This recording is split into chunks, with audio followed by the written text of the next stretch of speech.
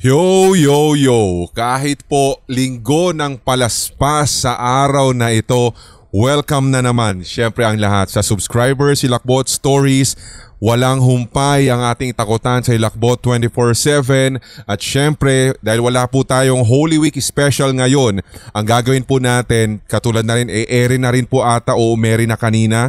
I don't know dahil habang nire-record po namin ito ngayon, itong SHS episode na ito ngayon, ay wala pa kaming desisyon kung kailan po namin i-air at anong oras yung premiere ng ating Gabi ng Lagim Season 5 kung hindi ako nagkakamali, at puro po ito aswang anthology. Siyempre sa panulat po ng ating kaibigan na si Draven Black. So walang Holy Week special pero meron naman tayong Gabi ng Lagim. So abangan nyo po yan, isang buong linggo po yan ngayong Holy Week, bilang yan na po pang pa-catch up natin sa lahat ng mga nag-aabang.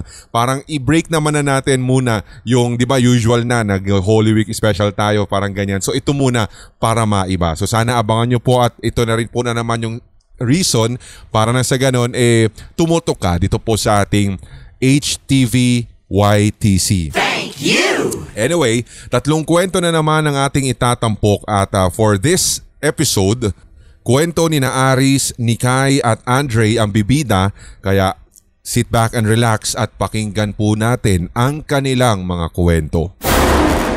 You are listening to Subscribers Hilakbot Stories, true horror stories submitted by HTV Positive listeners.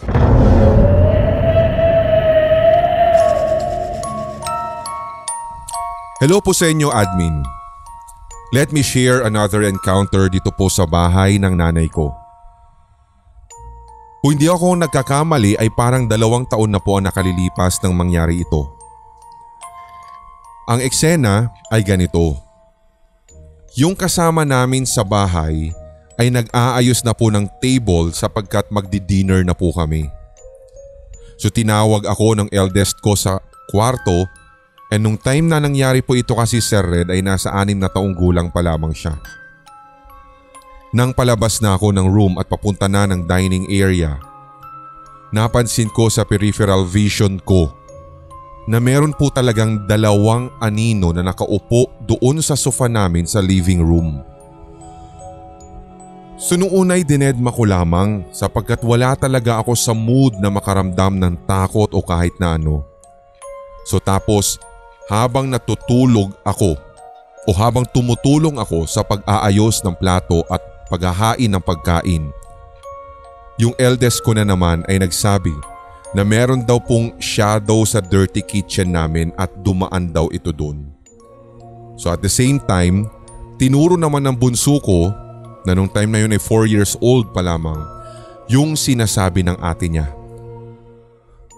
Ang sinabi ko na lang, tell him or her na mamaya na makipaglaro at kakain muna tayo ng dinner, okay? So ito na nga sumunod na eksena. Nung kumpleto na nga kami sa table at ready na po kaming kumain, naaninag ko po yung isa sa mga shadow na nakaharap na naman sa table. Sa sobrang inis ko ay sumigaw ako at sinabi kong, utang na loob! Wala ako sa mood na magsabay-sabay kayo na magpakita, ha? Tigilan niyo ako. Subalit akala ko, Sir Red, ay tapos na sila sa pagpapapansin. Nagkamali ako. Right after namin kumain ng dinner, yung asawa ko naman yung nag-hysterical.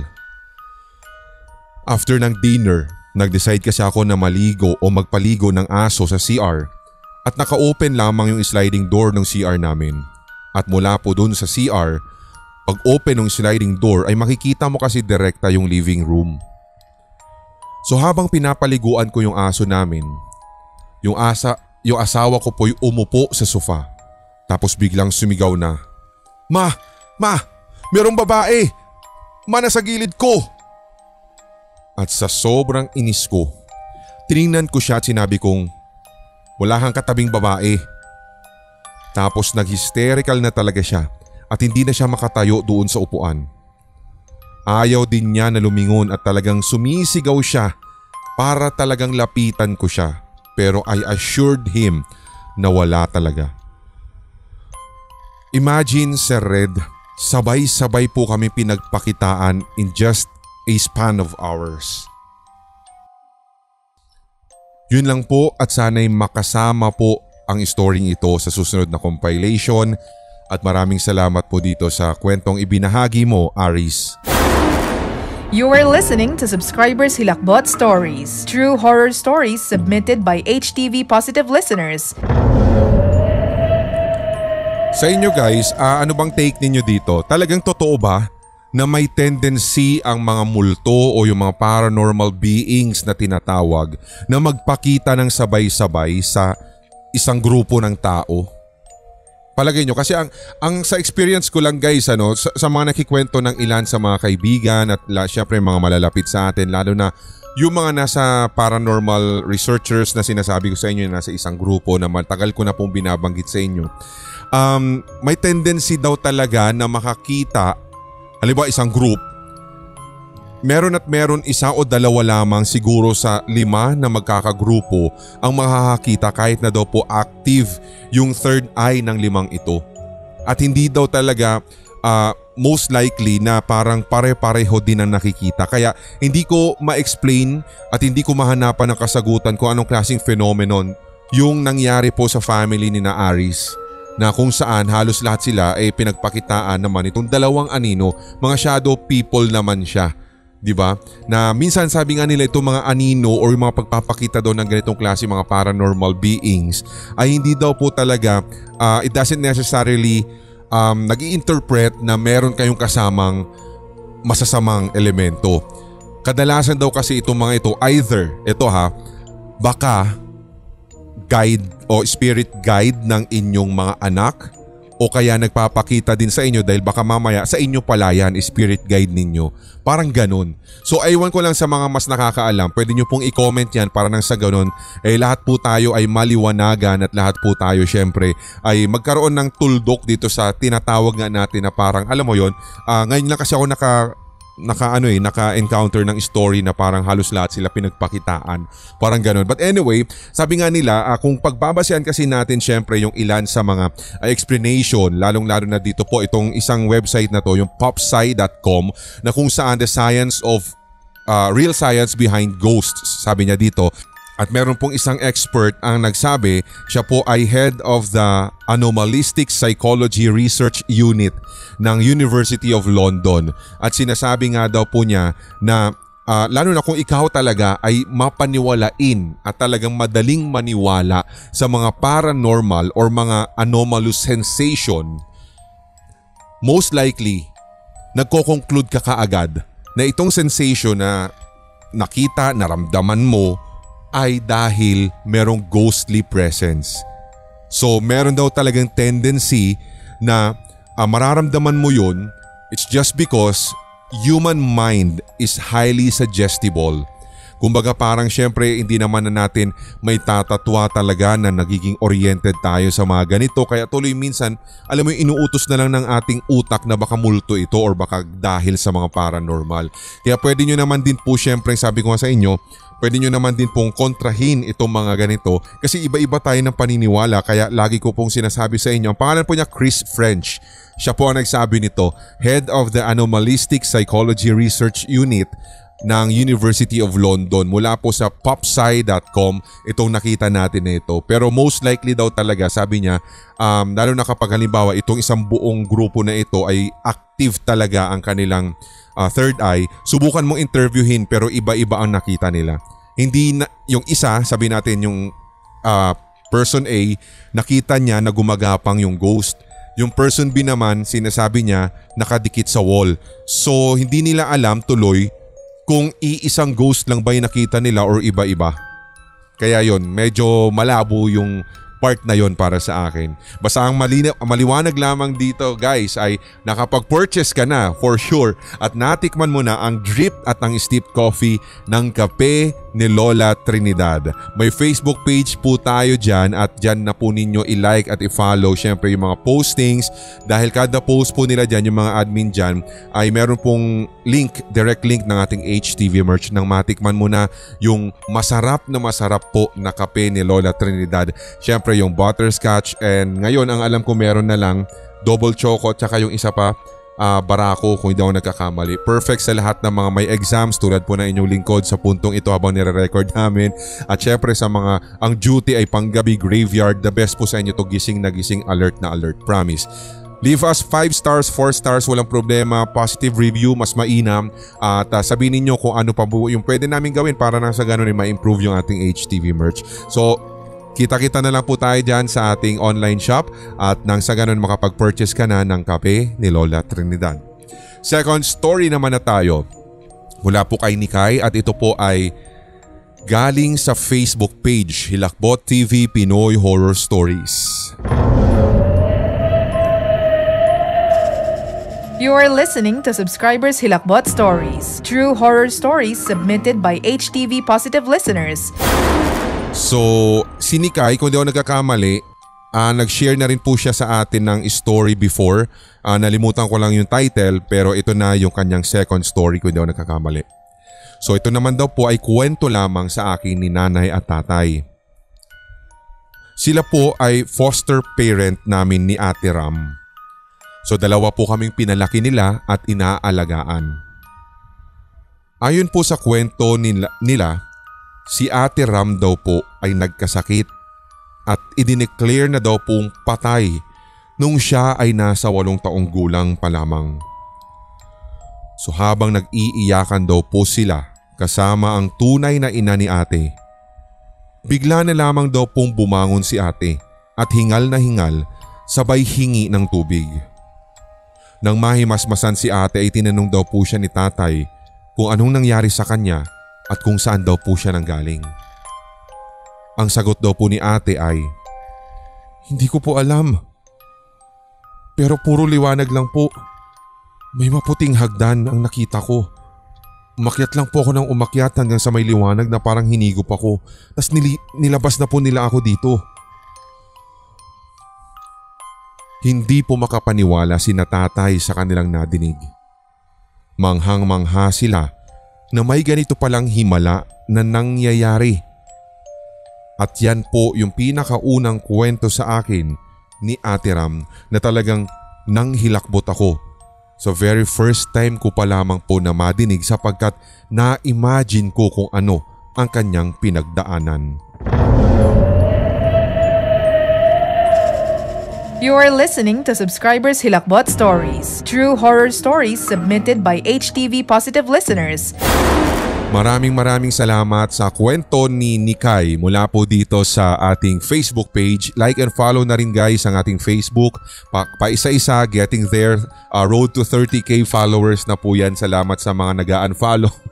Salamat sa nag-unfollow. Salamat sa mga nagpa-follow at kumakapit sa matigas dyan. Salamat po sa inyo dyan. But anyway, with regards dito sa kwento ni Nikay, so ano to, second life na ni Ate Ram mo, parang ganun? Or ano yung deeper reason kung bakit siya na-declare na patay? Ano ba nangyari? Ba't ganun? May karamdaman siya, ganun? Well, in fact, guys, marami naman na din tayo mga nadidinig na mga kwento tungkol sa mga, alam mo yon, yung muling nabuhay, dineclare ng patay pero muling nabuhay. Pero tingnan niyo lahat ng mga kwentong ito ha. Alisin natin sa picture yung ikwento sa atin ni Nikay. Alisin natin po yung atin niya doon. Kasi ito meron din ako mga, lalo na sa ibang bansa. Kasi hindi po gawi talaga sa ibang bansa yung ine-embalsa mo yung mga namatay.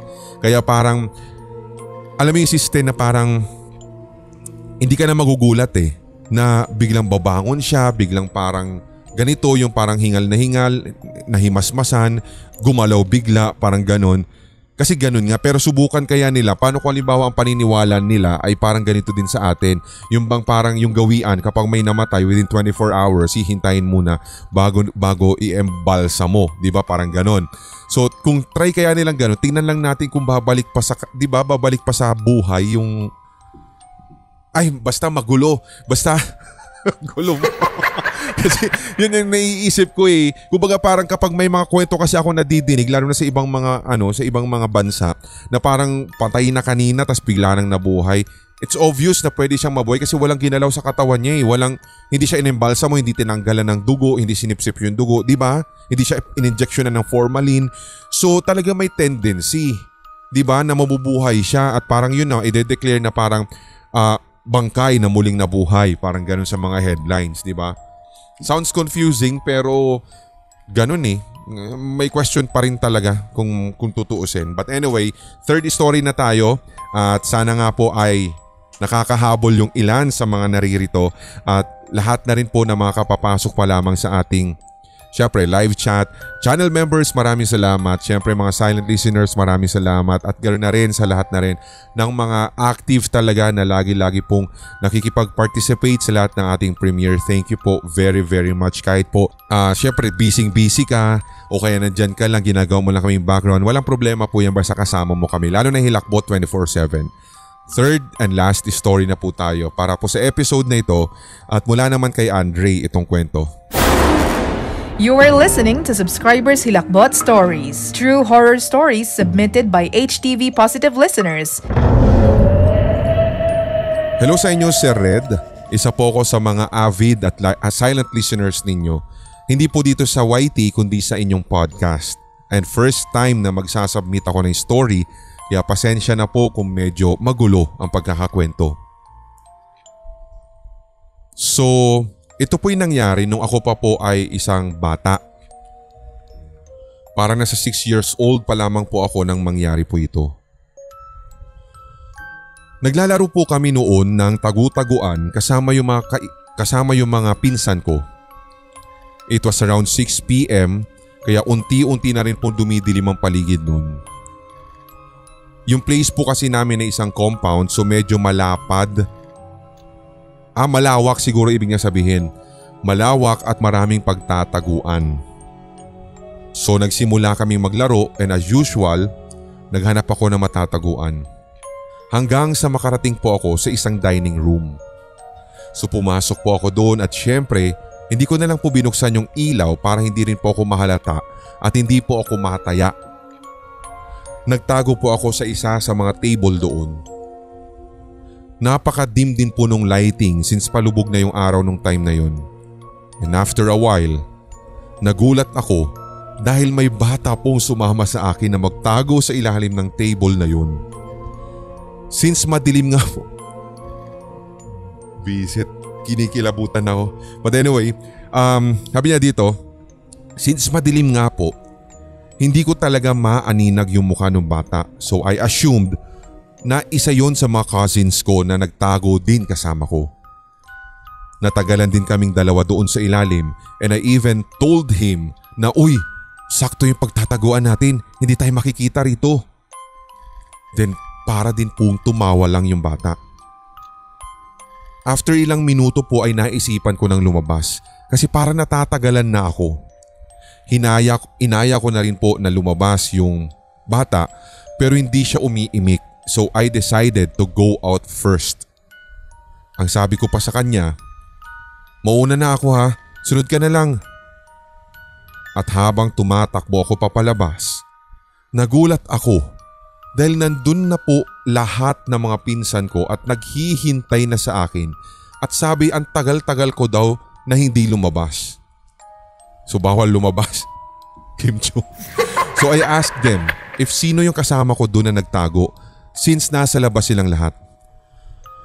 Doon ko po na-realize na yung kid na kasama ko sa ilalim ng table was something else. Dahil doon ay hindi na rin po kami natuloy pang maglaro ulit ng tagu-taguan. You are listening to Subscribers Hilakbot Stories, true horror stories submitted by HTV Positive listeners. Grabe. Hindi, legit talaga guys. Kinilabutan talaga ako doon lalo na pa yung parang syempre ikaw ba naman? Diba na kinausap mo pa? Basta guys, ewan ko lang sa inyo kung ano ba yung hindi nyo pa ba mahalata at first? Diba? Hindi nyo pa ba kumbaga hindi na umimik? Diba? Hindi na ang blanco na mukha just in case nakita mo yung mukha. Tapos hindi mo pa ba maiisip na ibang nila lang yon, hindi yung tao? Diba? Parang ganun. Parang wala pa kasi ako nadinig na kwento o na-rate na kwento dito na parang ganun. Yun bang hindi na nga umimik, nagtawag siya ng pangalan, nakala niya ate daw niya nandun sa living room, tinawag niya, nakaupo lang, hindi lumingon, tapos hindi mo pa ba mahalata? Parang ganun. Kulang na lang sabihin pa halimbawa na e-elaborate pa ng multo paglingon sa'yo. Bakit mo ako tinatawag? Hindi na nga ako sumasagot sa'yo, di ba? Hindi mo ba alam na multo ako?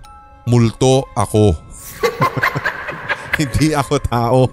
Kaya please, in character yung multo. Ayaw pa istorbo. Di ba? Ay nako. Linggo ng Palaspas, sana po sa mga Romano Katoliko po dyan. Wag lang yung mga yung Roman Catholic, di ba? Yung iba kasi Roman alcoholic. Wag naman. Spend natin ng Holy Week syempre ng punong-puno ng refleksyon sa buhay. Alam niyo na yan guys. At nang sa ganun, pagbalik natin, di ba, after ng Holy Week, parang someone na tayo. 2.0, 3.0, 4.0, di ba na tayo dyan. Anyway, salamat sa inyong lahat sa pakikinig at pagsama po sa amin dito sa segment na ito, SHS, Sabado at Linggo, 9 p.m. And of course, sabi ko, isang buong linggo, Gabi ng Lagim. Season 6 kung di ako nagkakamali or Season 5, Aswang Anthology. Magsawa kayo ng aswangan ngayong Holy Week. Okay, so dahil wala nga tayong Holy Week specials, ito po yung naisip muna natin para maging, alam mo, break the ice, para hindi po maging usual at parang, alam mo yun, memoryado muna kung ano mangyayari. So ito muna, total Draven Black exclusives naman ito. Hindi kayo bibiguin ni Draven Black. At syempre sa produksyon ng Hilakbot at ng Sindang. Tuloy-tuloy lamang po ang hawaan at wala nang galingan at lahat tayo ay solid HTV. Positive. Stay safe. God bless sa lahat. At dapat ay makapagnilay-nilay tayo dito po ngayong Holy Week na ito. Ako po si Red. Hanggang sa ating susunod na SHS. I love you all. May mga kwentong kababalaghan o mga karanasan kang kahilahilakbot na nagmumulto sa iyong memorya? Ibahagi na yan sa pamamagitan ng voice message o kaya i-type at i-send sa sindakstories2008@gmail.com. Maaari ring i-private message sa Hilakbot TV Facebook page. Ating pagkwentuhan ang inyong real paranormal experiences kasama si Red. Lunes at Biyernes, ito ang Subscribers Hilakbot Stories.